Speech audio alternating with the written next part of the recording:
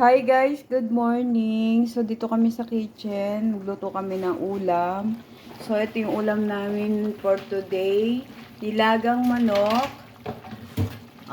May patatas siya. So ito yung adobo na niluto ni Carmen. Ulam din namin yan. Yan guys. Ang aming food for today. Tapos guys, dito sa kabila ay kay Maneho. So, ayan yung food niya. Gulay naman siya guys. Oh. Yan. Yan ang food namin ngayon. Iba-iba.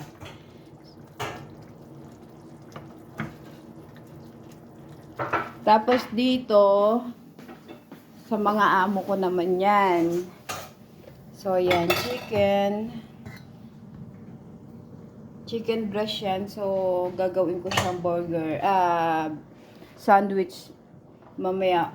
Tsaka, meron kaming salad. Yun ang food namin for today.